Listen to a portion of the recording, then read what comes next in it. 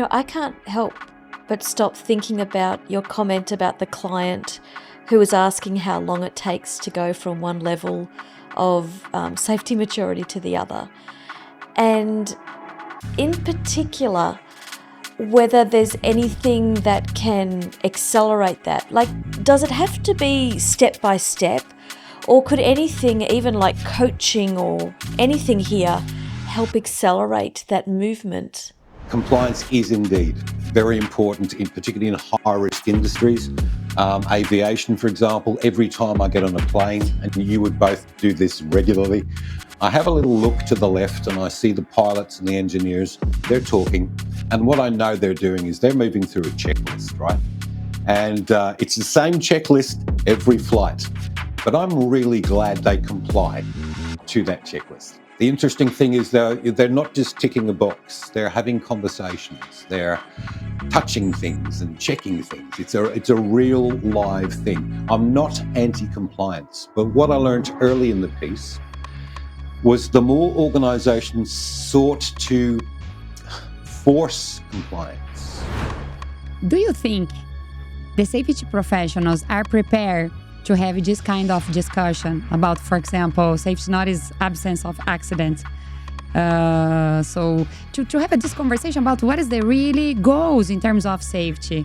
You have a worldwide experience, so what is your view about that?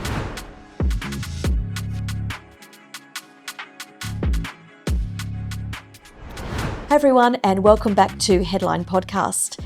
And today we're digging into something that every safety professional talks about quite a lot, and they have for years, which is culture. Now, I think we all know that culture isn't built by paperwork or processes, it's built by people. And at the heart of all of that really is trust. And that's why I'm so excited today. Andreza and I are both very excited to have our next guest on the podcast because he's been talking about trust for years. And it's Clive Lloyd. And Clive is a psychologist, consultant, and a best-selling author, so that's pretty cool, who's worked with leaders across many industries, including mining, oil and gas, and construction all around the world. And actually, before we came on live, we were talking about how he's done some work in Brazil, which is where Andreza's really from, so we have that in common. You might know him as the creator of a program called the Care Factor Program, which is a really practical approach to help leaders move from compliance to genuine care. And then you may also know him for his best-selling book, which is called Next Generation Safety Leadership: From Compliance to Care. And he's been named one of the top 5 global thought leaders in health and safety. So we feel very privileged to have Clive here today. Hi, Clive. How are you? Hi, and congratulations both on the podcast. From what I've seen, you've got some really, really great speakers on there. It's a pleasure to have you here. And I was thinking about the first question to explore with you today. And I think, please tell us, what is the turn point that you decide to dedicate your career to safety culture? Yeah, okay, look, it came later on. So if I go back, at the heart of everything I do is psychology. I'm a psychologist, and look, from the moment I started studying psychology, I've loved it ever since. And we're talking 30 odd years now. But safety or health and safety was never really part of that plan. My undergrad years were spent studying applied psychology, and that has served me very well. I wasn't really interested so much in becoming, a theoretical academic. I just really wanted to apply psychology, whether that be with individuals or families or groups. But yeah, safety wasn't a thing back then for me. And so I started my career really working in the clinical and counselling fields and coaching. And that could be, again, anything from individual counselling to family therapy. And I specialised for a while in the addictions.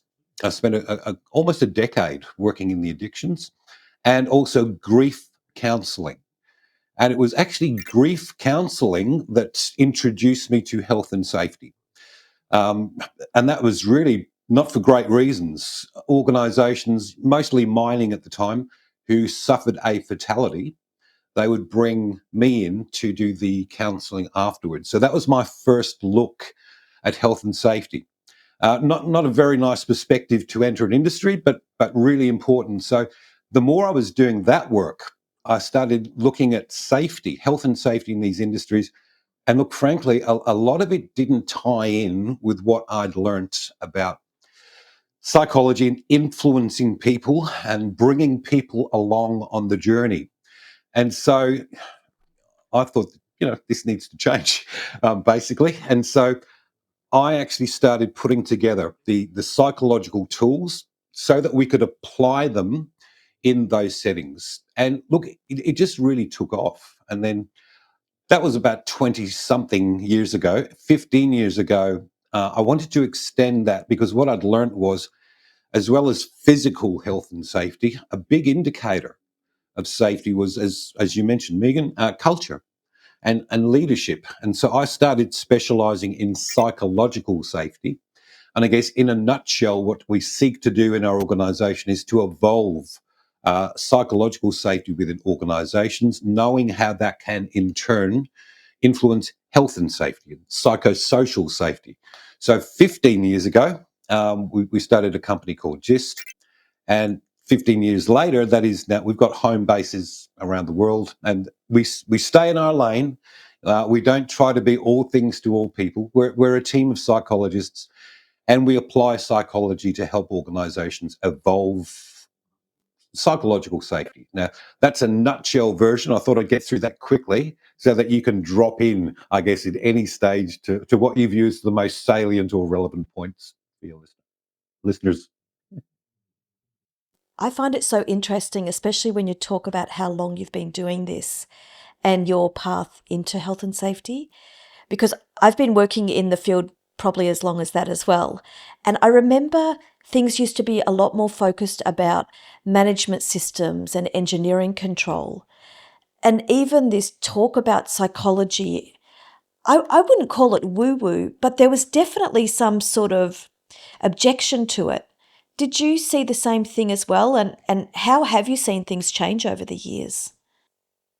Yeah, absolutely. And don't get me wrong, in certain places, we have a very eclectic approach. That is, we need systems, we need processes. If I've learned, if health and safety is about anything, it's really about risk, understanding risk, and mitigating risk, and also it's about the psychology of that, and to what degree people are likely to follow procedures or speak up if a procedure is not working. So um, the interesting thing is, Megan, yeah, back then when I started, psychology, what psychology? And yet, interestingly, many companies that maybe without even knowing, they had applied psychology in the form of behaviorism. Behavior-based safety right through the 80s and 90s was huge. Well, behavior-based safety comes from a school of psychology called behaviorism. And so, it kind of died in the 1950s, but in the field of psychology, but we still use it and it still can be valuable actually in certain areas. But a little bit like health and safety, psychology has all of these different modalities, different models that we can use. The trouble is in safety, it tends to get its current favourite. Like in the 80s, 90s, it was behaviorism, BBS. Now, of course, you guys are both on LinkedIn. You would see these posts, people fighting about their preferred model. Safety one versus safety two versus resilience engineering. What do we got? HOP, safety different, all that stuff. And I've never really understood it given my background because we've got all those different models too. We've got everything from psychodynamic, cognitive, behavioral psychology. We've got positive psych and etc. But we don't limit ourselves because what we learn early in the piece is that what predicts positive outcomes is not the model. In fact, we know the model that you use comes way down the list in terms of what predicts successful outcomes to the point of insignificance. But what's right at the top in terms of predicting positive outcomes is what we call the therapeutic alliance or the trusting alliance. Now, if you don't have that, it doesn't matter what model you use. And I'd like to say to everyone on LinkedIn, it's not about the model. Um, all of those models can be useful. Absolutely, they can. Even, he says, rather reluctantly, behaviorism. Again, we're eclectic in psychology. We draw from the various models depending on the challenge we're seeking to address. What I do, if you don't have that trusting alliance, the model won't matter. And so for us, the starting place is building a trusting alliance. Whether it's working with an individual, a team, or a whole organization, if you don't have that trusting alliance, nothing's going to work, or at least nothing's going to gain traction anyway. So you're right. The models change. Psychology used to view, I love your term there, Megan, woo-woo. And yet, even without knowing it, they were using psychology. All we're saying now is, let's use psychology, but don't get attached to a certain model. Become eclectic. Really understand what it is. What is the problem you're trying to solve first? Go on a mission of discovery. And that's really what we help clients with first and foremost. We don't do anything until we're clear about the challenge we're trying to solve. Then we apply psychology eclectically, drawing from where we need to. Sorry, there's a rather long response to your question. And I think we need to go deep in the context, I think. It's about context, understand the context. Sure. And I think we need to explain for the people what is the difference. And you talk very well about what is the difference between safety compliance and safety culture. Because trust comes from leadership. So how we can create this? And look, the subtitle of my book, From Compliance to Care, I wouldn't want people to take the wrong message there in that suggesting compliance somehow is not important. Compliance is indeed very important, particularly in high-risk industries. Aviation, for example, every time I get on a plane, and you would both do this regularly, I have a little look to the left and I see the pilots and the engineers, they're talking. And what I know they're doing is they're moving through a checklist, right? And it's the same checklist every flight. But I'm really glad they comply to that checklist. The interesting thing is they're not just ticking a box. They're having conversations. They're touching things and checking things. It's a real live thing. I'm not anti-compliance, but what I learned early in the piece was the more organizations sought to force compliance, it can actually have the opposite impact. And so that's tendency towards what I'd call a parent-child approach, almost like the parent leader has got the wagging finger out, and this, you must follow the procedure and the policy. And if you don't, there's likely to be punishment, or it was a very parent-child. Now, those of us with children would know that sometimes kids don't like being told what to do. They're much more likely to comply if they feel, they've got a choice in that, if they've had at least a say. And what we notice purely from a psychological rather than some sort of moralistic point of view, what genuine compliance is about as opposed to what forced compliance. And genuine compliance always exists better in a culture of care and a culture of empathy and ownership also. So that's what I see as the difference. Not anti-compliance, but actually getting buy-in and complying because we want to, because it's who we are, rather than what you're going to make us do. And I think care is a good definition about what is the value of safety. Care about your life, care about others. So I love your mention that care is the essence of safety leadership. Yeah, absolutely. And look, again, we're pragmatic. We run a business too. We need to be pragmatic in business. So we're not talking about, care as in people should care more. I think people already care a lot, frankly. It's not about that. I'm not talking about now leaders running around hugging everyone. So care in this context, and where the name care factor actually came from was from the research I did into trust. Because again, without that trusting alliance, nothing really happens. So when we look at the literature on trust, trust comes down to three core factors, especially when you're looking in organizations. And those three core factors are benevolence, care, if you like, integrity, and ability. In other words, leaders will need to demonstrate that they have competence. They are good at what they're supposed to be good at. Makes sense. Integrity, I think we all understand. Without doing what we said we would do, without behaving with integrity, trust will always remain elusive. The third factor, interestingly, is that care factor. And to what degree our teams feel cared about. Now, all three of those factors are important. 2 out of 3, not enough. But again, the research is really clear.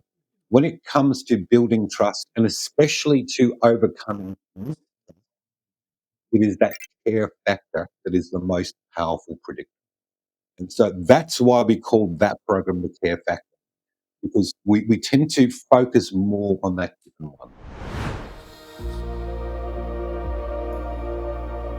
My documentary about the Mine Number 9 accident will premiere right here on YouTube.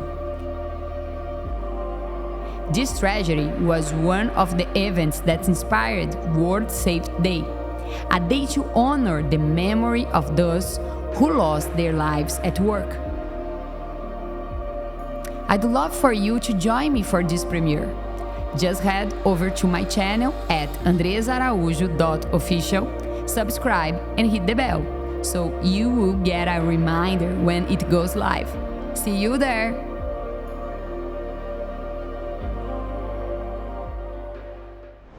Do you ever wonder whether you're making the impact and have the influence that you're really, really looking for in your corporate career, perhaps if you're an entrepreneur or doing something else? Well, I offer one-on-one coaching services for purpose-driven leaders who are really looking to find some way of increasing their impact and their influence.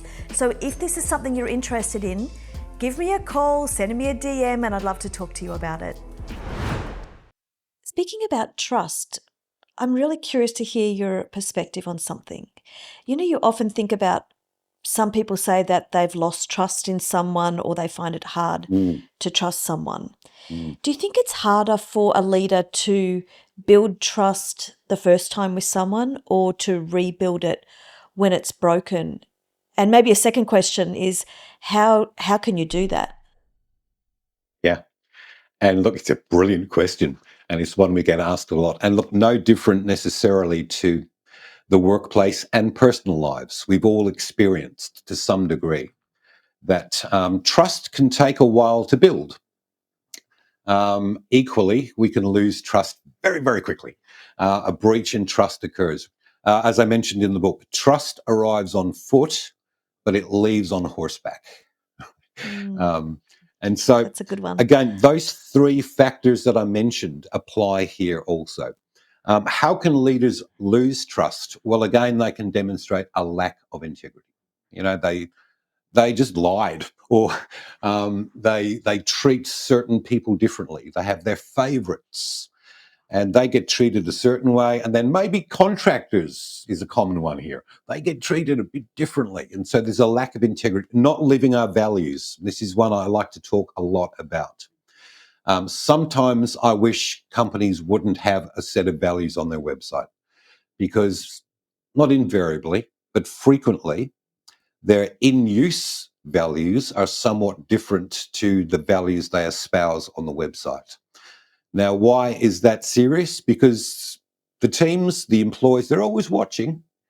And if on the one hand, senior leaders remind the workforce, our core value is integrity. Almost everybody has integrity.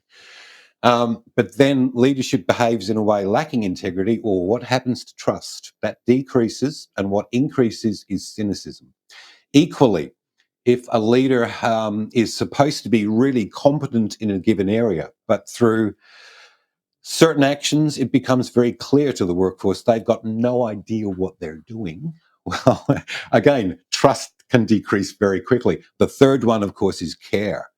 You can bang on as much as you like about psychosocial safety and putting a bowl of fruit in the canteen or supplying gym memberships or yoga mats. If people intrinsically believe their leaders don't actually care about them through their actions, again, trust is reduced and mistrust increases. So those three factors apply to, or a lack of them apply to a lack of trust. How do you regain trust? Well, not quickly. It will be through the consistent demonstration of those three factors, but this is where that care factor comes in especially. You cannot even hope to regain trust while the workforce still perceive that you don't have their best interests at heart. That will need to be, in a very humble way, your starting place is to authentically demonstrate that you have the team's best interests at heart. And how do people do that? Yeah. And so one of the things we talk a lot about in the Care Factor program, because again, I will say sometimes we don't know what we don't know. Yeah. And I'm not suggesting leaders, you know, commit some of these crimes that I'm speaking about knowingly. Others just don't know what they don't know. And so what I brought over from clinical psychology that we use everywhere, whether it's our safety programs, our psychosocial programs, or our leadership programs, is the psychological field of transactional analysis, or TA. And that looks at the psychology of the interactions we have with people. And we base this, and excuse the theory for a little while, I'll come back to the practice shortly. But again, we talk about life positions. And that is a narrative we have in ourselves about how we operate in the world in relation to other people in the world. And those four key life positions are as follows. I'm okay, you're okay. In other words, I see myself and you or others of fundamental worth. That's the desired leadership position. Then there's the life position of I'm okay, you're not okay. So somehow, psychologically in my script, I see myself as a leader or a boss, perhaps, as, I don't know, bigger, smarter, richer, taller, more important. And if that's my narrative, naturally, I tend to communicate with you as you're not okay. So that's a very different thing. Then we've got, I'm not okay, you're okay. And that is where maybe that results usually in a lack of psychosocial safety. I feel less than. I almost expect to be treated in ways that are probably not okay. And then there's finally the one we really don't want, which is I'm not okay and you're not okay. And that's essentially where people have given up. And when your team has reached that life position, nothing matters, because what we're really saying is I'm not okay and there's nothing you can do to fix it. Now, these life positions tend to shape, again, bear with me on the theory here, what we call our ego states. And ego states are parent, adult, and child. Often these are playing out not consciously. Often these are playing out at the level of the subconscious. I could go into a lot of depth here and talk about often these are in place by the age of 7. And certain triggers will bring these ego states out. So what happens when I have a life script or narrative as a leader, which tends to put me a lot in my parent ego state? Well, what I then do is communicate with my teams individually and collectively, parent to child. I literally trigger my team into thinking, feeling, and behaving like children. That is going to create low psychosocial safety. And look, I don't even know I'm doing it when I'm doing it. So one of the things for me in psychology always, if we go back to Freud and psychodynamic theory, going way back here, it's about making the unconscious conscious and actually presenting leaders with an insight into transactional analysis, looking at the life positions, both of individual leaders, but also collectively of a leadership team. Because sometimes you have an entire leadership team operating from we're okay, they are not okay. Where does us and them come from? Well, it comes from these life positions. And then you've got a leadership team who operate from parent roles. What are they creating? Essentially, psychologically speaking, children. How do we feel then we need to lead children? Well, go to bed early, punish them, and you're naughty. And all of these interactions take place. We especially do that seemingly with contractors. And so to go back to your question, Megan, in my protracted way here, understanding, making what's unconscious conscious, we can understand the difference in our life positions. We can then understand the difference in our ego states. And we can train people in the difference between adult to adult communication as opposed to parent-child.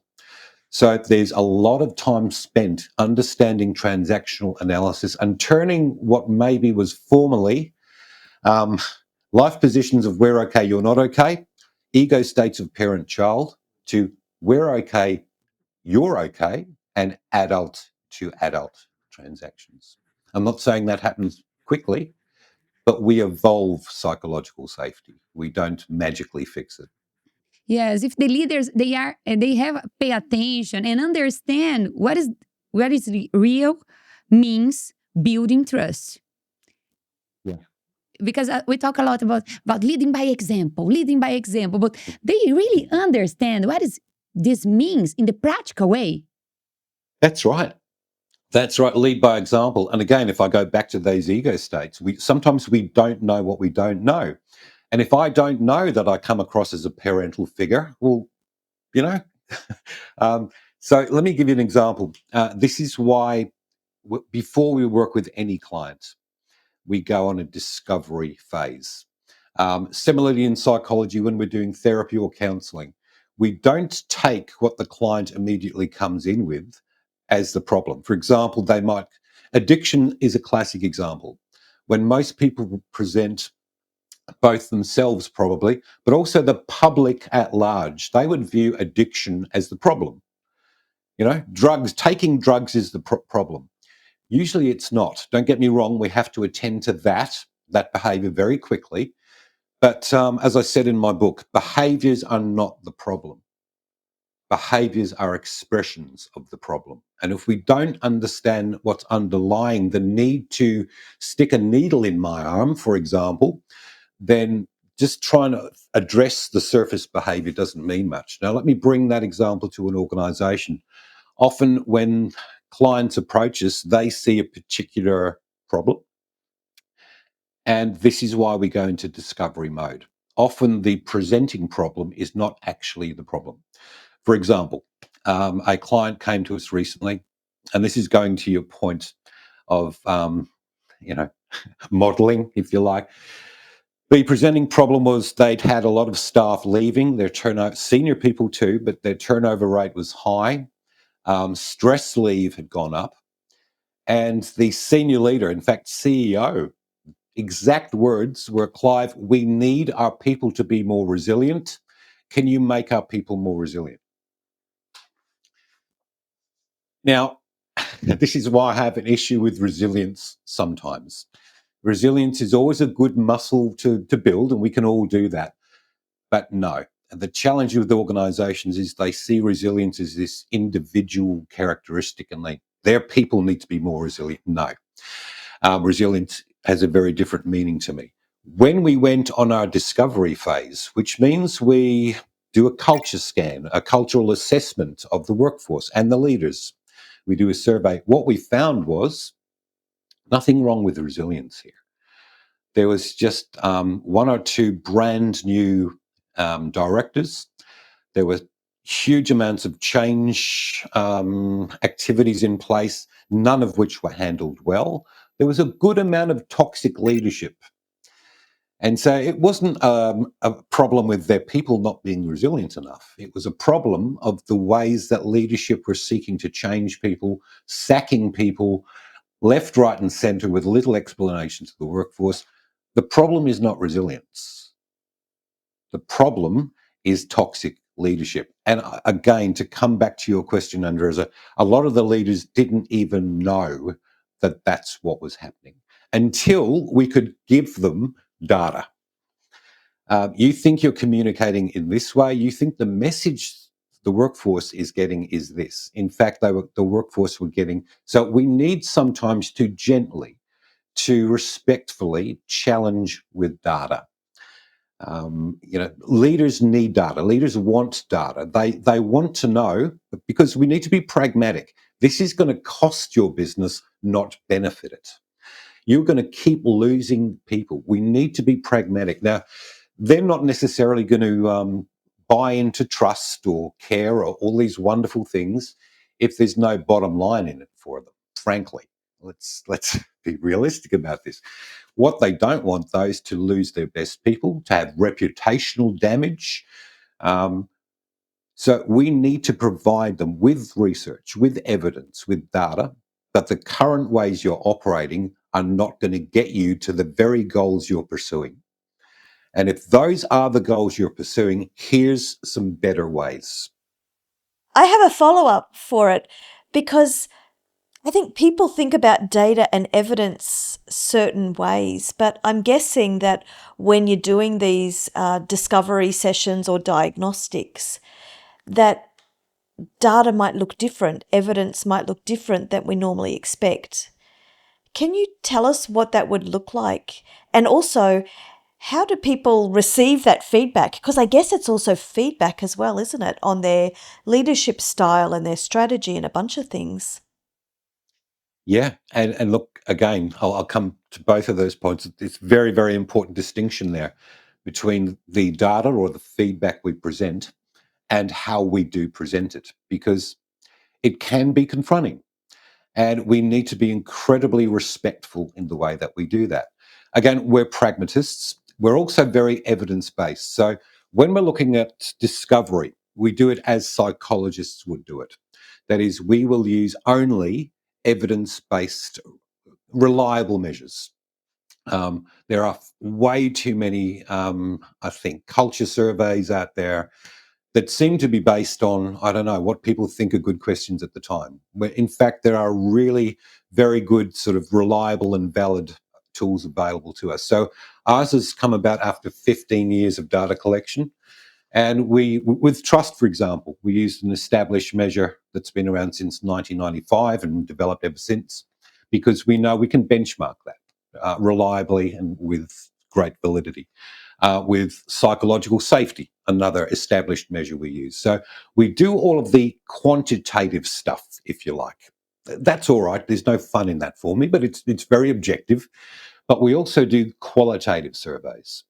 So the qualitative surveys tend to tell the story behind the numbers for me. So, for example, we'll do leadership interviews one-on-one. We'll do leadership interviews in group format, but especially we will do group interviews with the workforce in small groups with semi-structured questionnaires that allow our psychologists to do what they do the best, and that is to probe gently and respectively, to really, really listen carefully. And then we put that data in a report. So it's a mixture of the quantitative, objective, plus also the more qualitative. Between the quantitative and the qualitative, stories emerge. And it is the story then that we can tell to the organizations. Now, like most good stories, there is intrigue, there is interest. There are some parts that are not easy to read. And then there are the moments, the glimpses of great optimism and hope. And so the way we tell that story is really important. We're not there to say, it's completely wrecked. You've had it, man. Give up. You had your chance. It's over.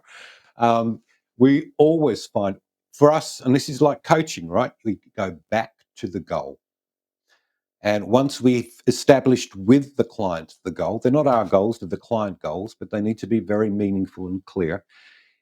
These are your goals. The way the story is currently looking means that those goals are not going to be met in the ways that you had hoped. Here are some other ways that you can reach your goals and maintain trust or rebuild trust, increase psychosocial safety while you're doing it. So, how we present that feedback, Megan, is really important. Look, some leaders respond better than others. And this may well go back to those ego states. Huh? If you've got somebody who's very, if you like, ego-driven, and any seeming criticism at all is taken as a personal slight, they are unlikely to receive feedback. And frankly, for me, that's a leadership flaw. The best leaders I know want feedback. They want it to be open and honest. Then they can change, then they can move forward. So occasionally we do have pushback from some leaders, not many, because we're pretty good at how we tell the story. For us, again, that just means that we just maybe need to do a little bit of more coaching work with that particular leader to help them see the benefits. We meet people where they are. And so that may lead to another coaching conversation or two. But it does vary. The way I think as psychologists, the way we tell stories, the way we actually provide feedback, one of our core skills is really, really listening, but also then communicating in straightforward but really respectful ways.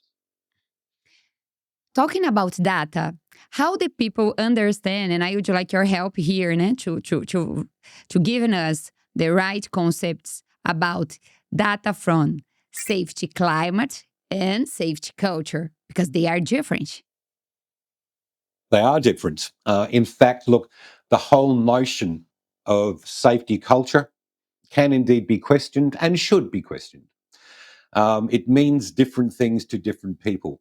I don't believe we can really necessarily objectively measure safety culture unless we first define the very things that contribute to safety culture. Now, we can do that. There are many things, both intuitively and empirically, that are likely to contribute to a company's safety culture, including, of course, leadership, including and so forth. So, or trust again. Trust, by the way, and tell me if you can find other research to combat what I'm saying, because I've said this on air many, many times. Nobody has challenged me yet. But to me, the most predictive measures of safety culture would tend to belong in that trust area. And so one of the main things we measure to look at safety culture, it's only indicative of one area of it, is trust. So safety climate, of course, tends to be more the day-to-day, the here and now, what is going on. And in some ways, that's a more profitable thing to measure for me. Because that tells me on a day-to-day, that can change reasonably dynamically. It can change between teams, within teams. But that tells us what's going on in the minds of the workforce in the here and now. Culture takes a long time to shift, a long, long time. And there's no ways around that. Climate is different. Climate you can actually influence to a strong degree. One leader, I've had a leader recently, and if you think the traditional cultural ladders like Hudson's ladder of cultural maturity, had a leader saying, right, Clive, we're committed to this, the leadership team. How long, mate? How long to go from level 2 to level 4? And I'm thinking, I don't know, like 10 years. It's challenging. But then I put a different question, put my coaching hat on, and said, let's think of this more as climate. And how long might it take one leader, just one leader, to influence his or her team to increase their maturity? Just that one team and that one leader. That's a different ballgame. That's a different story. That can be done in a relatively short time period under certain circumstances. And for me, it's often looking at, first up, a company doesn't have one culture, right? Including one safety culture. Companies have many, many cultures. I would suggest to some degree, every team has its culture. It also has its climate. Now, team culture is so heavily influenced by company culture, and even things outside of that, like geopolitics and ethics and a whole bunch of variables. But the climate on a given team is infinitely more malleable. influence. Now, if you've got lots of your leaders skilled up in understanding some of the attributes we've been talking about here, and humble enough and willing enough to listen and take a different approach, that leader can influence the climate of their team reasonably quickly. Now, again, the more of your leaders you've got looking at operating in those ways, influencing the climate across several different areas can then influence the overall climate. Maybe even the culture. And how you see the influence of the immediate leaders, the middle managers? What you recommend, how we work with them? Because for me, is a special piece. Absolutely right. Look, I think sometimes senior leaders, the senior leadership team, overestimate their ability to influence the workforce in positive ways. I will say they can actually influence it in negative ways quite quickly, but that's a different story. The biggest agents of change and influence for me are at that supervisor level, team leaders, supervisors. They have the most one-on-one contact with the workforce. And I've just seen it recently. We were doing a large culture and climate survey, multi-site. And of course, the feedback comes in looking quite different in different sites, but also in one site. The various teams in that one site, culturally or in terms of the current climate, very, very different in terms of trust levels, in terms of psychological safety levels. Now, most of that was not driven by the board or the senior leadership team. It was actually driven by the relationships they had with their direct supervisors and leaders. So that tells us quite a lot. And we see that time and time again. The challenge here often, though, is some of that is also dependent on who those supervisors report to. Their leadership behaviours are shaped to some degree, are influenced to some degree by the people they report to. And so, to a degree, it is hierarchical, and it flows down from above. And if you want to influence supervisor behaviour, sometimes you have to influence the behaviours of the leaders that they report to as well. It's difficult to do this in isolation. It can be done, and sometimes I view those supervisors as almost a buffer. And sometimes the best supervisors seem to be buffers for their teams to what's going on above them. They recognize there's a bunch of stuff going on up here I've got no control over. I've got very little influence over. But what I can do is buffer my team from the politics, from the toxicity. And, if that's all we can do, well, good on those supervisors for doing that. But it's not a long-term play. I can't help but stop thinking about your comment about the client who was asking how long it takes to go from one level of safety maturity to the other. And in particular, whether there's anything that can accelerate that. Like, does it have to be step by step? Or could anything, even like coaching or anything here, help accelerate that movement of safety culture maturity? Yeah, definitely. I think there are things. I think most people suggest if you're looking at, say, the ladder-based maturity scales, I think most safety people would argue that you can't, say, leap from level 2 to level 4 as an organisation. I tend to agree with that. And I've seen leaders maybe who you'd consider to be level 2 leaders through intervention, through coaching especially, they can actually, themselves at least, within themselves, reflect the leadership styles, attributes, behaviours, maybe of a level 4 leader. I definitely can see that happen. Now, of course, that doesn't necessarily translate immediately into their team becoming level 4 maturity, but don't think as an individual leader you somehow have to track through all those various steps. The level 5 leaders, if I can use the language there of, name's gone out of my head, it'll come back to me. Why would you do that? if it's possible for me to go from a relatively naive leader, but all of a sudden through education, through coaching, through modeling, you understand the attributes of a level 5 leader, why would you bother going through torture and moving up there? So I know from 30 years of experience, through really good coaching, leaders can actually make that change. We're led by the managing director of our company, and our company has always sought to model what we talk about. So, modeling trust, modeling what we call it 3C leaders. Going back to those 3 core factors, we call it care, character, and competence. We need those 3 things. We recruit to those 3 core values. So our managing director, Steve Pettit, in 30 years of working with leaders, I've never met one like him. He's outstanding. So I'm always answering questions in my own head when I'm coaching a leader. What would Steve say here? And so forth. But some leaders, but here's the attributes. They need to be open. They need to be willing. It needs to be a goal of theirs to actually accomplish that level of leadership. If it's not, then it will remain elusive. And the best leaders I know are the ones who are humble. They want to improve. They recognize they can always improve.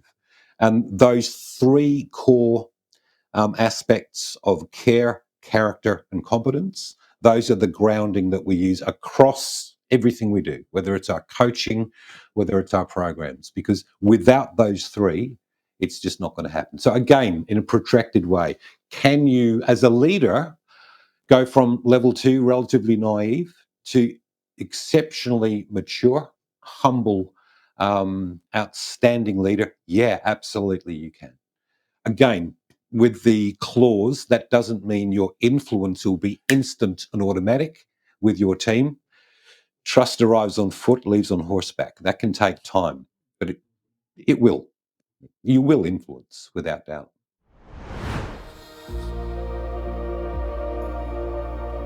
My documentary about the Mine Number 9 accident will premiere right here on YouTube. This tragedy was one of the events that inspired World Safety Day, a day to honor the memory of those who lost their lives at work. I'd love for you to join me for this premiere. Just head over to my channel at andrezaaraújo.official, subscribe and hit the bell so you will get a reminder when it goes live. See you there!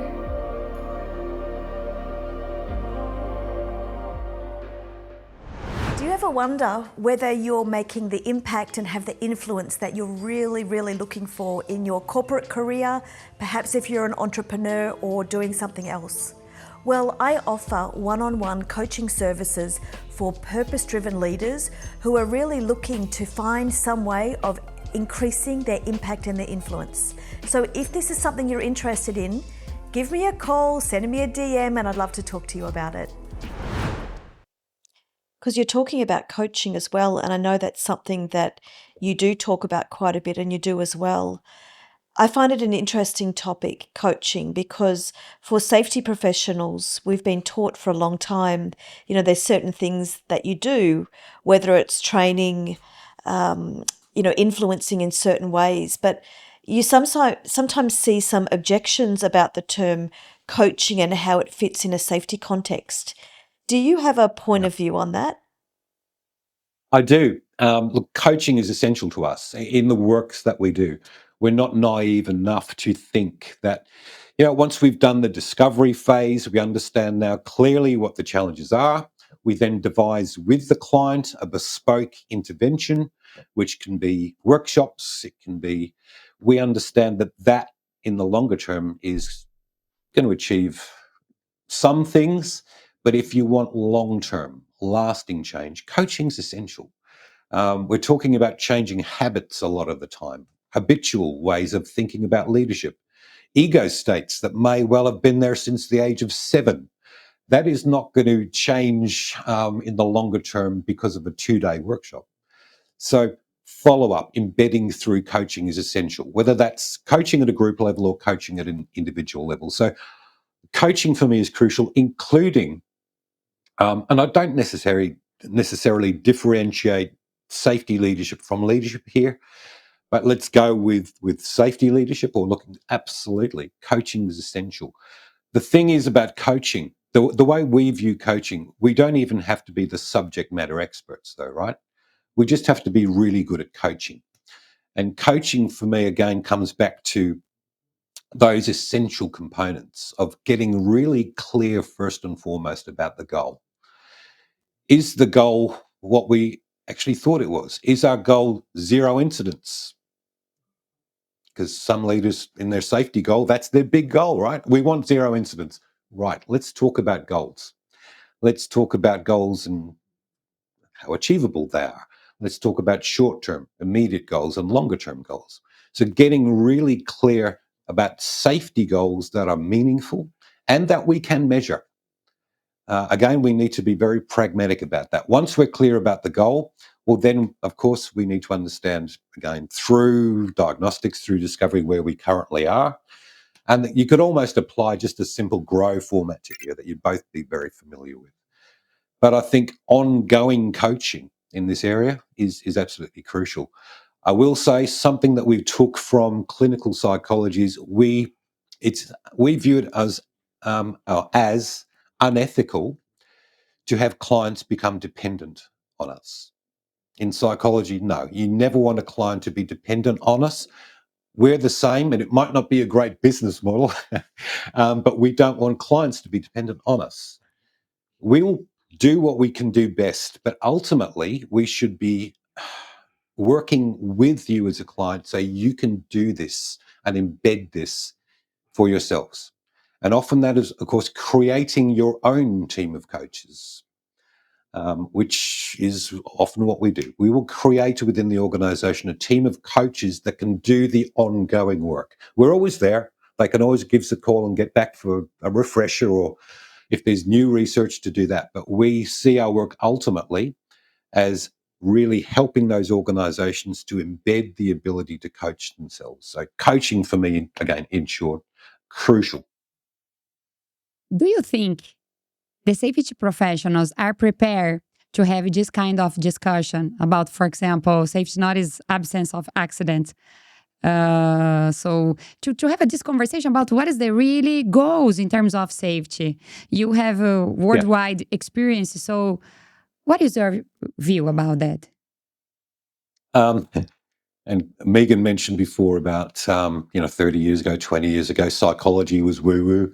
Going back 20 years, kind of everyone in the industries that we work in, which tend to be high risk, but essentially I started in mining, oil and gas, construction, utilities. Almost with that exception, their goal was zero harm. You'd see the big signs outside the mine site. Safety is our highest priority and all that stuff. And again, as a psychologist, driving up to my first mine site, and I was there to do counselling after they lost a miner. They lost a life. And I'm looking at these, and again, it just did not tie in with psychological theory at all. There are all manner of things about goals being realistic or not, but it's what it does to the workforce. Again, safety is our highest priority. Is it? Is it really?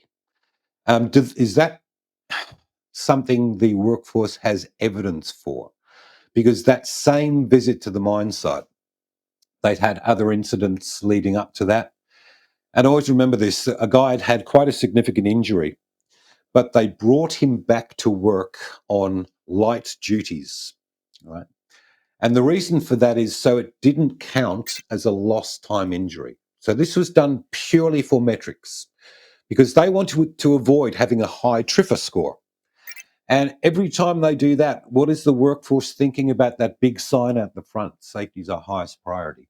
And again, while it might look nice and it might seem to be a laudable goal, zero harm, what you're doing inadvertently is creating cynicism and mistrust amongst the workforce. And so I think there is recognition now, increasingly, that those things may have been well intended. And don't get me wrong, I think almost without exception, they're well intended.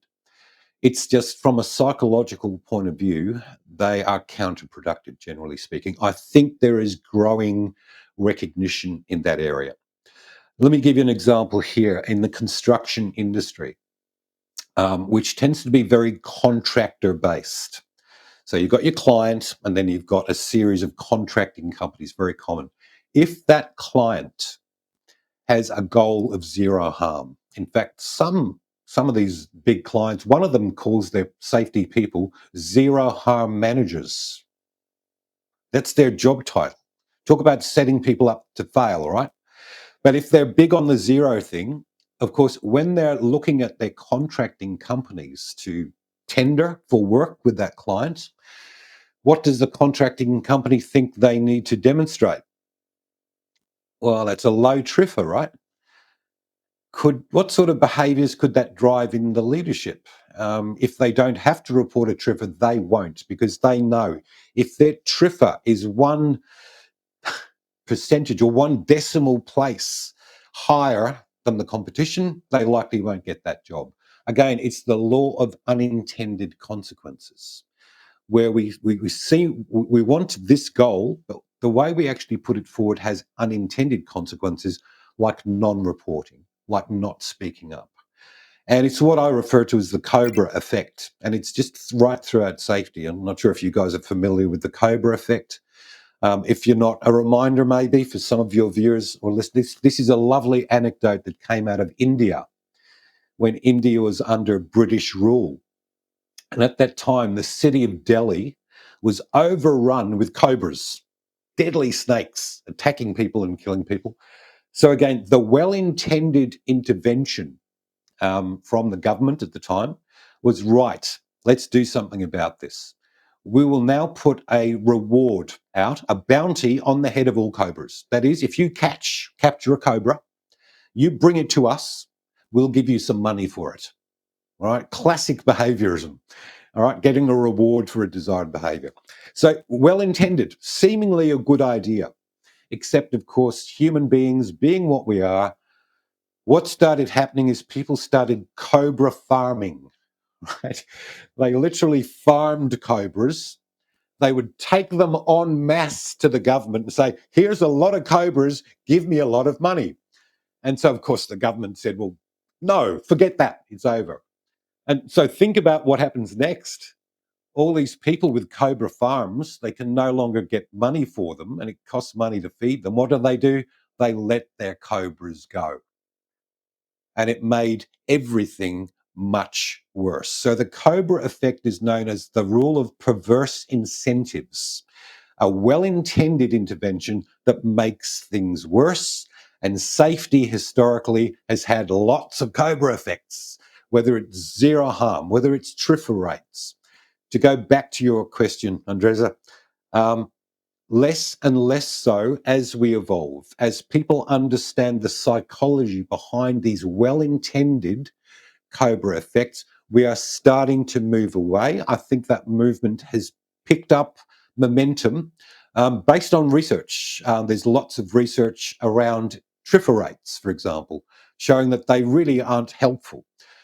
There's research around the notion of zero harm, showing that quite literally a goal of zero tends to make it more likely that you have life-changing incidents or fatalities. There's actually research showing that now. It's counterintuitive to many people.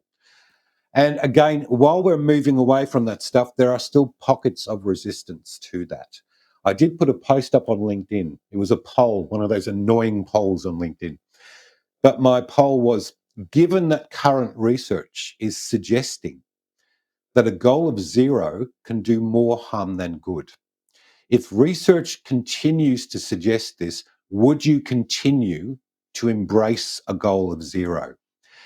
And I've got to tell you, there was about 30% of respondents who said they would continue with a goal of zero. Now, to me, that is ideology over evidence. And so there are still pockets of resistance. It can vary from location to location, from country to country. Not everybody's on LinkedIn. Not everybody's got access to evidence and researchers. So we're getting there slowly. I would like to explore another point, a little bit polemic. How we can move from punishment culture to accountable culture? Yeah.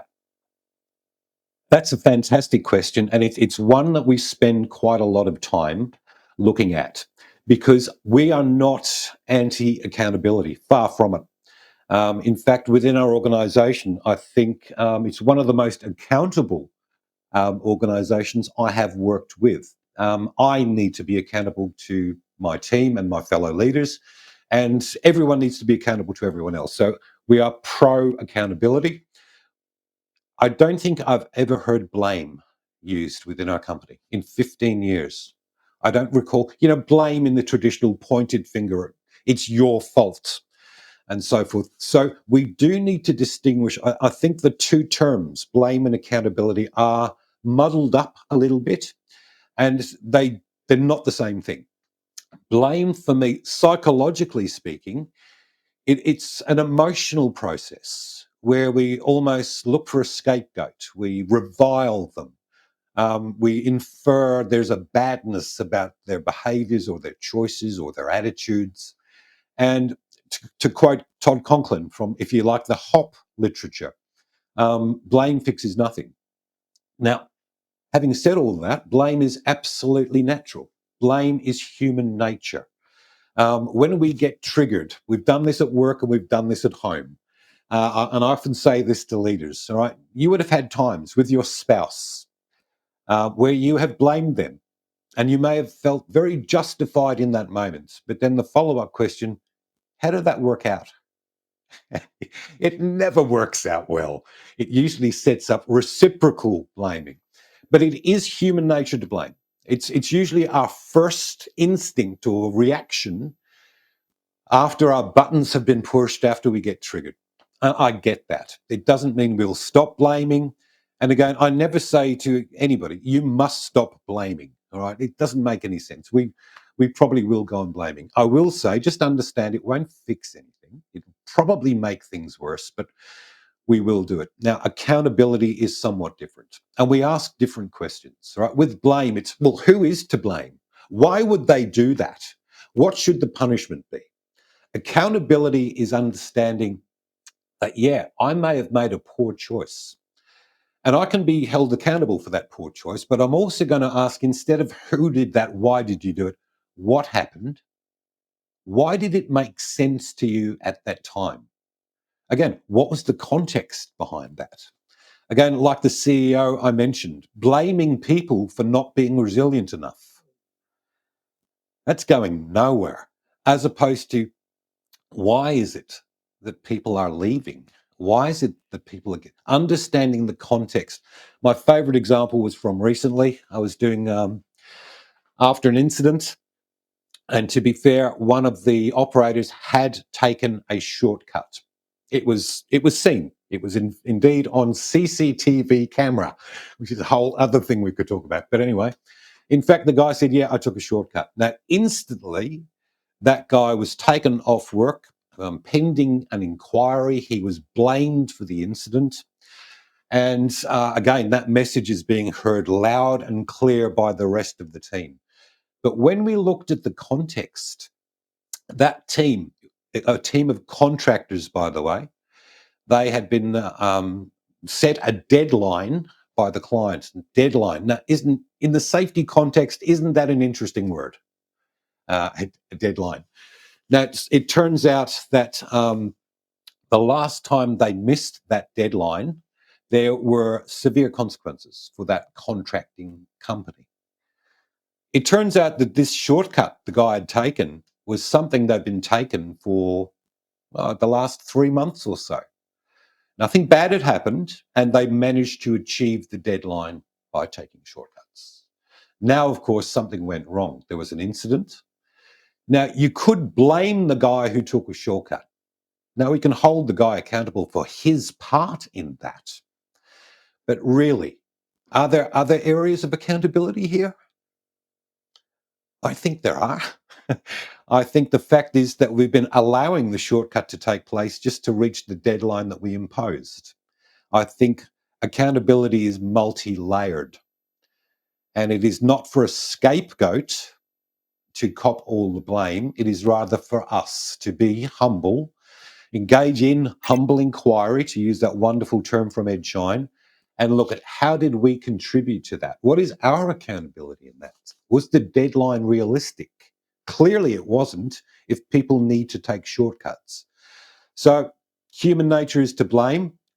Human nature is a funny one, though, in psychology. We often talk about, that's just humans, right? That's human nature.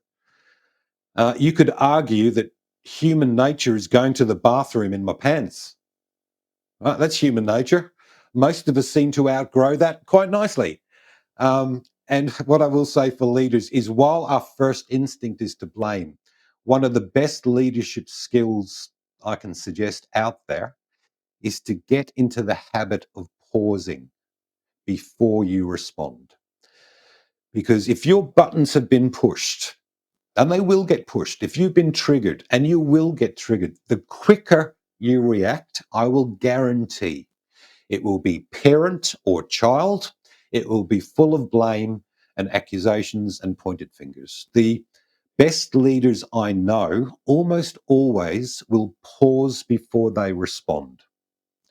And in that time, in that pause, we can move from unconscious to conscious, from blaming to learning, to use the HOP literature and so forth. So that's just an incredibly simple tool, but so few leaders make it a habit, especially when they're triggered. Fantastic.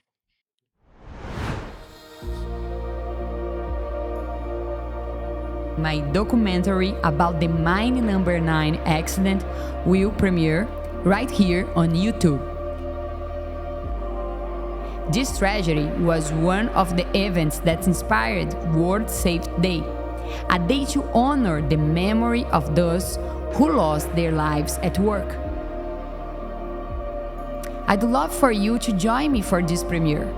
Just head over to my channel at andrezaaraújo.official, subscribe and hit the bell so you will get a reminder when it goes live. See you there!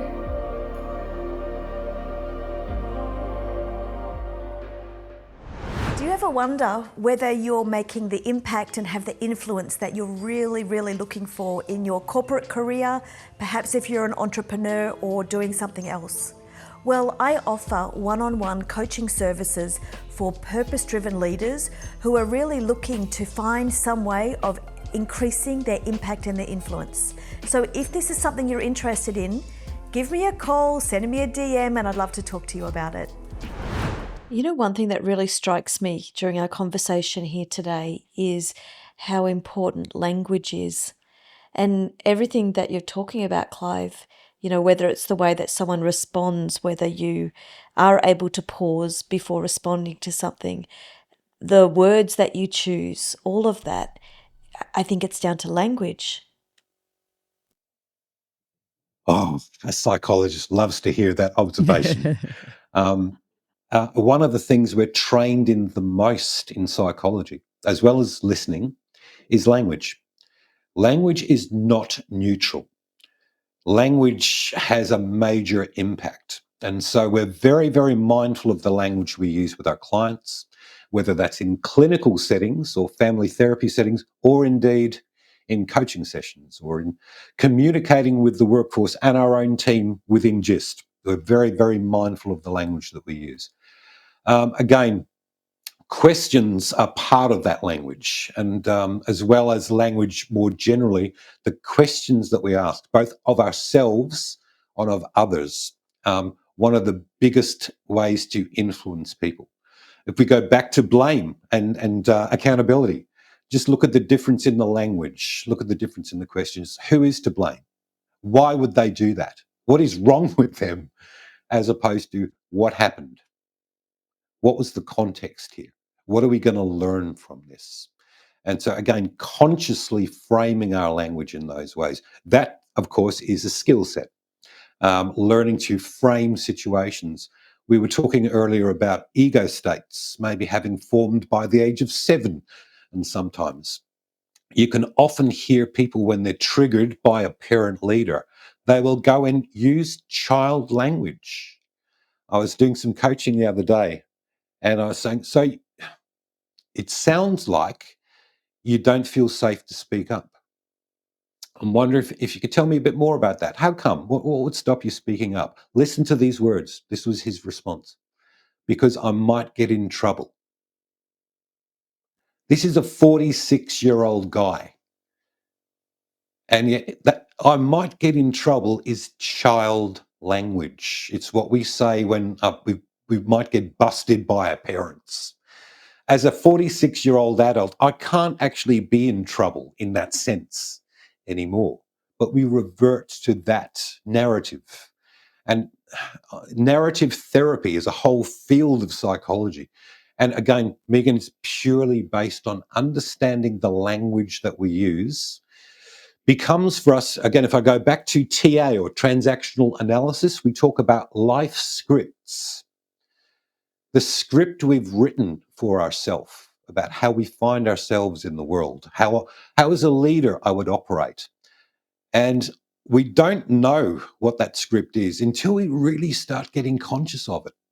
What are the words we use when we're feeling disappointed by our team, when we didn't reach a goal or a target, when my leader has been giving me a hard time? How do I pass that on to my team? What is the narrative I use to?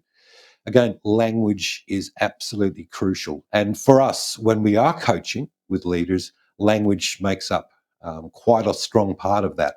We will challenge language being used in an incredibly respectful way. But sometimes parent and or child language does need to be challenged. And again, people often don't know what they don't know. They don't realize they're using what we'd call critical parent language or even adaptive child language. And so once they're aware of it, now the part of the learning here is they can change the script, they can change the narrative and use language that is much more likely to influence people. I was thinking about people don't know what they don't know. So, what is the most competence that we need to develop, to start to develop with leaders, for example, in your opinion? Yeah. You talk about the pose, but what more? Yeah, it's a great question. Again, I think we've touched on some of the skills that I would view as the most important. And I think from leadership, if I think of my leader, Steve, what does he do? Again, he first and foremost, he listens. He doesn't go in with often an agenda. He's often got things he does need to bring up or raise at a meeting. He goes last, by the way. That's interesting. That just popped into my head. He goes last. So any meeting, whether it's face to face or online, the first thing Steve will do is have a quick go around the room. How are you? How are we? Those are his two questions. So in other words, how am I feeling? How am I doing within myself? How do you think we're going as a team? And literally, it's anything that he picks up or we pick up as a team in terms of that person might need some time or we adhere to that. Then it's going through, well, he will go last. This is how I am. This is how I think we're going. And we'll check. So again, inherent in that for me is humble inquiry. What is in there? Humble inquiry. There's also genuine demonstrated care. Checking in with everyone on that call and consistently. Accountability is part of it. We're not going to go past that. But again, great leaders hold themselves and their teams to account. They tend not, though, to blame. So the recipe for me here is, again, those three core factors. I'm always going to bring it back to that because that's how you build the trusting alliance. Demonstrating integrity consistently, doing what I said I would do, following through. Integrity to me also infers other things like reliability, like honesty. Demonstrating care is the other big one. And when it comes to that competence aspect, if Steve identifies a part of his current competencies that's letting him or us down, he will humbly put that forward. I need to get back to you on that. There's more, obviously, I need to learn about that. So the other big one I'd say, Andreza, is humility. I'm adding to this as I go. I'm thinking of Steve here. Ethics.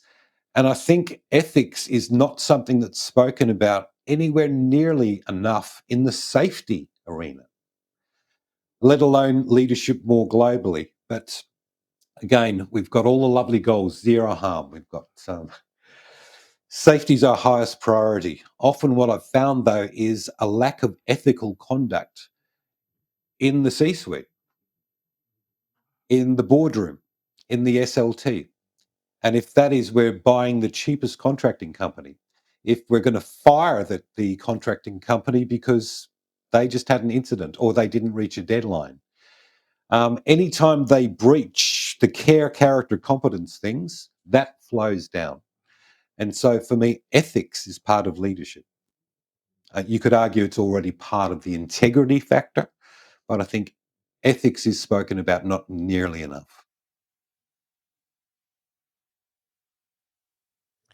You know, earlier we were talking about the importance of the role of supervisors. And yet I think about supervisors that I know and have worked with, and they're always so busy. You know, they've got so much going on. What can they do to give that space? So to be a good listener and to have humble inquiry when they've got this massive list of things that they need to do and their own KPIs that they have to hit. And yet we're asking them here to show care. I just wonder what can they do? Yeah. And again, it would be pointless blaming them for that. And your point is well taken, Megan, because this is one of the consistent bits of feedback we get, not just from supervisors, but from the teams that they lead. And this is a classic example from the teams. Bill, fantastic guy, fantastic supervisor, have a lot of trust in him. He really comes into bat for us. We know he cares about us, but we hardly ever see him. Mm. That's common. Then I'll talk to Bill, the supervisor, and Bill will say, Clive, what I recognise is where I should be, especially from a safety perspective, is out with the guys. I should be out in the field, helping them to identify risks, helping them to mitigate risks. I've got some background in safety. I can really help them there. But mate, right? I'm stuck in the office. And what are they doing generally in the office, Megan? Not stuff they want to be doing in the office. It's not a choice they would willingly make. Most of them, at least, they're dealing with what many would, I think, these days call safety clutter. Right, safety statistics, making sure that the trip is on track, and so often, again, why is that happening? It's not the choice of the supervisor; it's actually the choice of the forced compliance attitude of management. It's often not what the safety managers want to do either, but it's what the SLT want. They want their metrics, and they want metrics across the board. And so, of course, this is where it's difficult to change climate at one level as it's hierarchically flowing down. If the board want to be heavy on safety stats, well, the safety manager has to be heavy on stats, and he has to inform his supervisors that need to collect these stats and collate these stats and put together the report for the SLT. What would the supervisors love to be doing? They'd love to be out there connecting with the guys. We touched on this before. The biggest influences of team culture, I believe, come at that supervisor level. And what a shame, what a pity that they're not in the field much because of the safety clutter. Now, it's about what we can control and what we can influence. The supervisor can't really control the need for collecting and collating of statistics if that's what safety have ordered them to do. They can only influence the time they get that done in and how much of their remaining time they then do spend in the field. Nothing's going to change substantially there until leadership actually see the cobra effect inherent in the statistic and report chasing. You got me thinking about these cobras now, because actually I hadn't heard of that anecdote before, and I can just imagine, the folks They're letting their everywhere. cobras go everywhere, and what a mess afterwards. And yeah, I'm going to use that one a lot more. That's a good one. Look, it's a really useful one in coaching and in our workshops too, because don't forget, a cobra effect is a well-intended intervention that has the opposite effect. And I always want to make sure, respectfully, when we're challenging leadership, that we recognize that the intervention was well intended. It was never intended to have a negative impact. But when they actually see, and the Cobra effect is such a beautiful illustration of that's why we use it. This was really well intended. A goal of 0 is well intended. Of course it is. Why would you have a goal of a little bit of harm? Of course it's well intended. Collecting incident rates and TRIFRs is well intended. And just because something's well intended doesn't mean it works out objectively. Let's go back to your goals and see if we can take the cobras out. My documentary about the Mine Number 9 accident will premiere right here on YouTube. This tragedy was one of the events that inspired World Safety Day, a day to honor the memory of those who lost their lives at work. I'd love for you to join me for this premiere. Just head over to my channel at andrezaaraújo.official, subscribe and hit the bell so you will get a reminder when it goes live. See you there!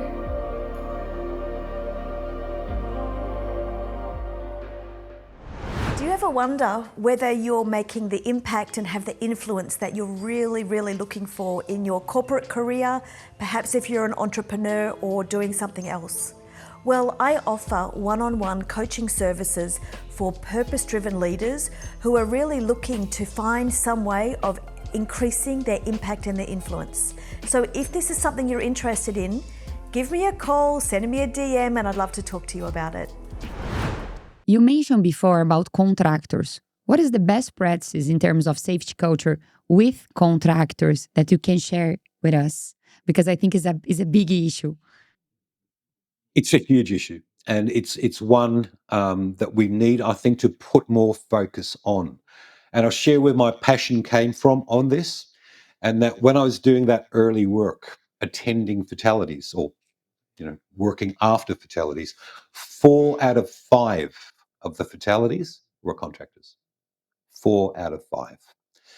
They are treated differently. They are put on the most dangerous jobs as a rule, or the jobs we don't want our people to do. They are treated as them rather than us. They are expected to adopt our ways, our policies, our procedures, our systems, our reporting mechanisms, even though some of the contractors have much more mature systems themselves anyway. So the best ways I've seen companies operate with contractors, and I've seen this done well, is first and foremost, they break down the us and them. And again, Megan, back to your point of language being important. I did some training with the senior leadership team, and they said, Clive, we're just putting out tenders for contractors. And he said, I was just looking at the contracts themselves. And he said, the language in the contracts, it's all parent-child. It's all, you must. And if you don't, this will be the consequence. And that's before they've even met the contractor. That's just to actually tender for the position. That relationship is often set up that way. And he said, can you help me change the language? And I said, there is a challenge in that, because if I change the language with you and you take that, you run that past legal, and legal will say, stop talking to Clive. All right? Because almost legally, they have to have parent-child language in it. We're pragmatists. We get that. But it doesn't mean that initial contractual language has to flow through into the relationship. And the best clients I know, the first thing they do when first up, they actually choose contractors they've got a really good mature process for doing that. They'll look at those three core factors, the three C's as we call them, care, character, competence. But then they will immediately bring the contractor leadership in with us, or we sit together and we come up with joint goals for the project. Not just the client's company goals, but goals for the actual project that is not just for the client, it's for all of the contracting companies that are all represented in that room. And they set up from the get-go a adult playing field, if you like. Psychological safety is paramount to them. They know they're going to need to hear from the contractors. If a contractor's got mature safety reporting systems, policies, procedures, they say, you know what you're doing, you go with that. These are the areas we will need to align for our reporting. In other words, they're not told how to do safety by the client, they do safety with them. Again, to use HOP language. One of the things I love about HOP, again, it's only one model, I'm not attached to any one given model, but one of the things I love about HOP and the HOP principles is their language. And if we apply the HOP principles to client contractor language, we won't go far wrong. We do work with people, not to them. That includes contractors. So again, it's moving away as best we can from us and them. When we work with contractors, it's us. And again, really from an ethical point of view, clients would do well to remember that, because if their contractor has a serious injury, that is still reflecting on the client. And it's often until the client realizes that after a serious, that's when they suddenly get serious. Oh, hang on. Legally, contractors are part of us in this project. We need to up our game. And again, that's just a really reactive way to operate. The best companies do that proactively. They recognize legally and otherwise, ethically, there is no us and them. It has to be just us.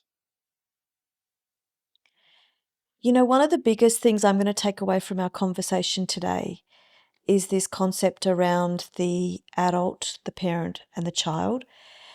And those who know me know that I'm really into self-development type of stuff. So it, jives really well with me and very much appreciate it. But I do, when I put my old corporate hat on, Miss Global Vice President of EHS in these really big companies, I can't help but think I would have been kicked out the door if I started talking about that sort of stuff. What would you recommend to safety leaders, whether they're in small, medium, or large size organizations? How can they start bringing in conversations and concepts like this when perhaps they're not necessarily well regarded in an organizational context? Yes, I think people are accepting now from, more an individual context, but I can't help but think, and you can tell me if I'm wrong with this, and I hope I am, but I can't help but think that you might be shown the exit if you start talking about this too much. That look, I'll say it's a great point, Megan. I'll say this of our own organisation: we are nothing if not courageous. We are prepared to have challenging conversations, which again we do incredibly respectfully. The other thing I'll say though is we've had very little pushback with transactional analysis, and I think the reason for that is partly because we put the message over incredibly respectfully. But I think it's because ego states, for example, and life positions, it is so intuitive. Within the first 3 or 4 minutes of me describing it, everyone in that room is going, yeah, I do that. And so people are instantly forgiving of themselves and others. What I do get occasionally is yes, but. Who doesn't love to hear that, right?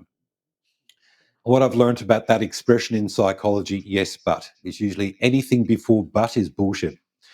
I'm not sure if Johnny's going to edit that out. But yes, but, and hang on, Clive, that yes, but with this adult stuff, sometimes you've got to be a parent, right? Sometimes you've just got to get directive and tell people what to do. Now, first up, I kind of agree that as leaders, there are times we will need to be directive, fairly straightforward.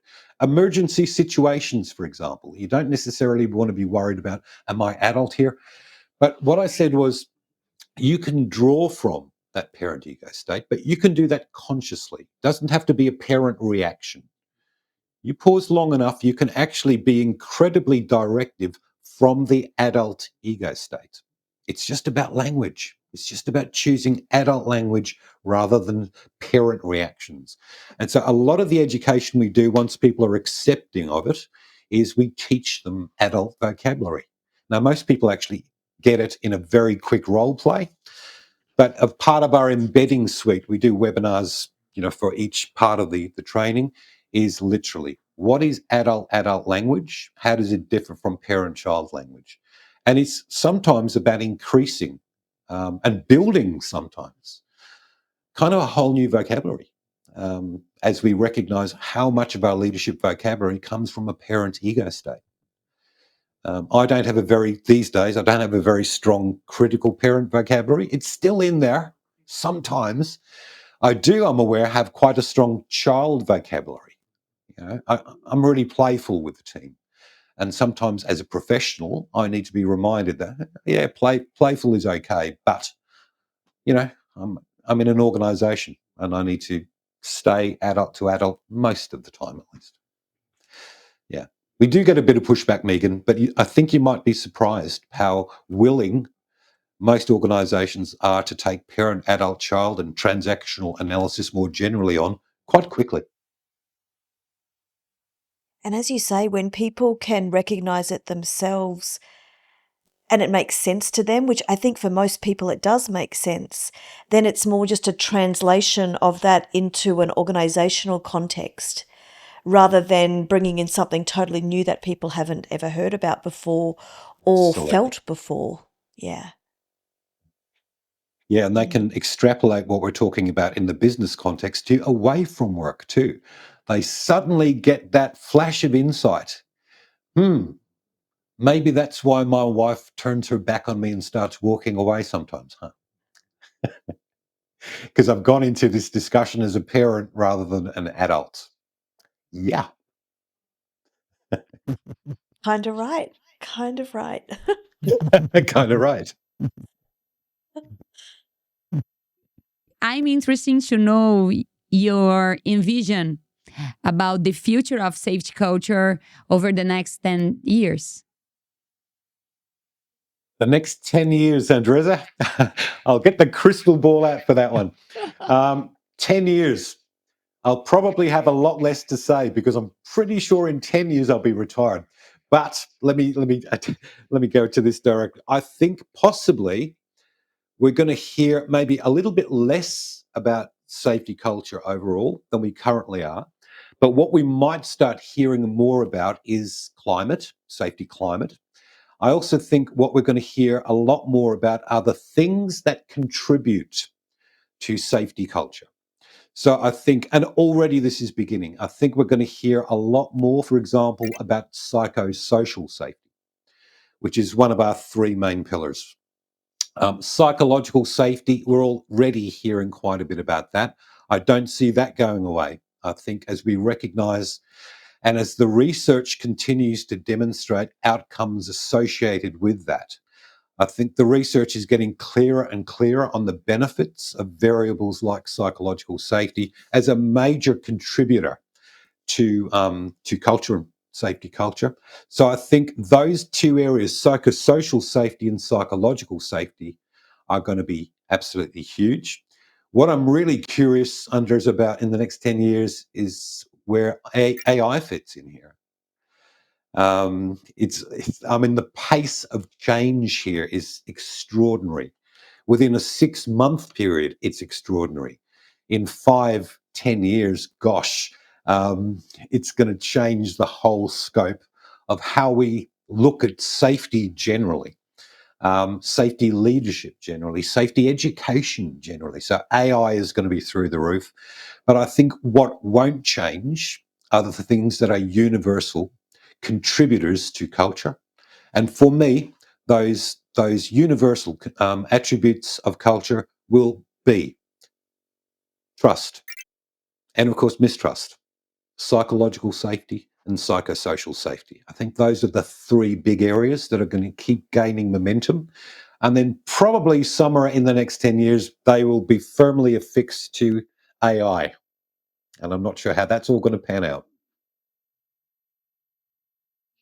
Well, this has been phenomenal. You've Yeah. blown my mind wide open.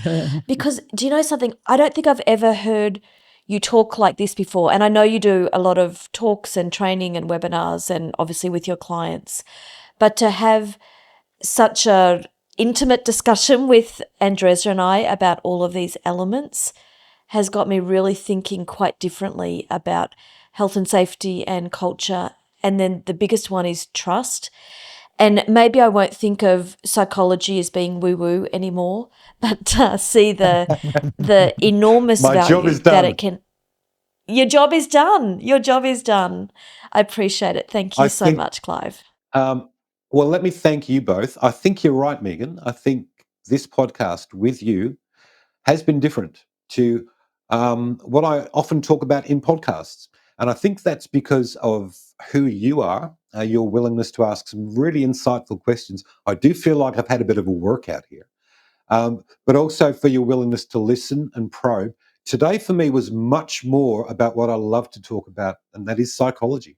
And I think we've been able to dig a little bit deeper into psychology, perhaps as opposed to safety or safety leadership. So thanks for that opportunity. Was our pleasure. And I think we can invite you again and again because it was really inspired Anytime. us. Thank you. We've reached the end of another episode. And I hope this conversation has inspired you as much as it inspired us. May today's reflections turn into new ideas, actions, and meaningful steps of your journey. If you enjoyed this episode, share it with someone who could benefit from this content. And don't forget to follow the podcast to keep up with the upcoming conversations. Thank you for joining us and see you next time.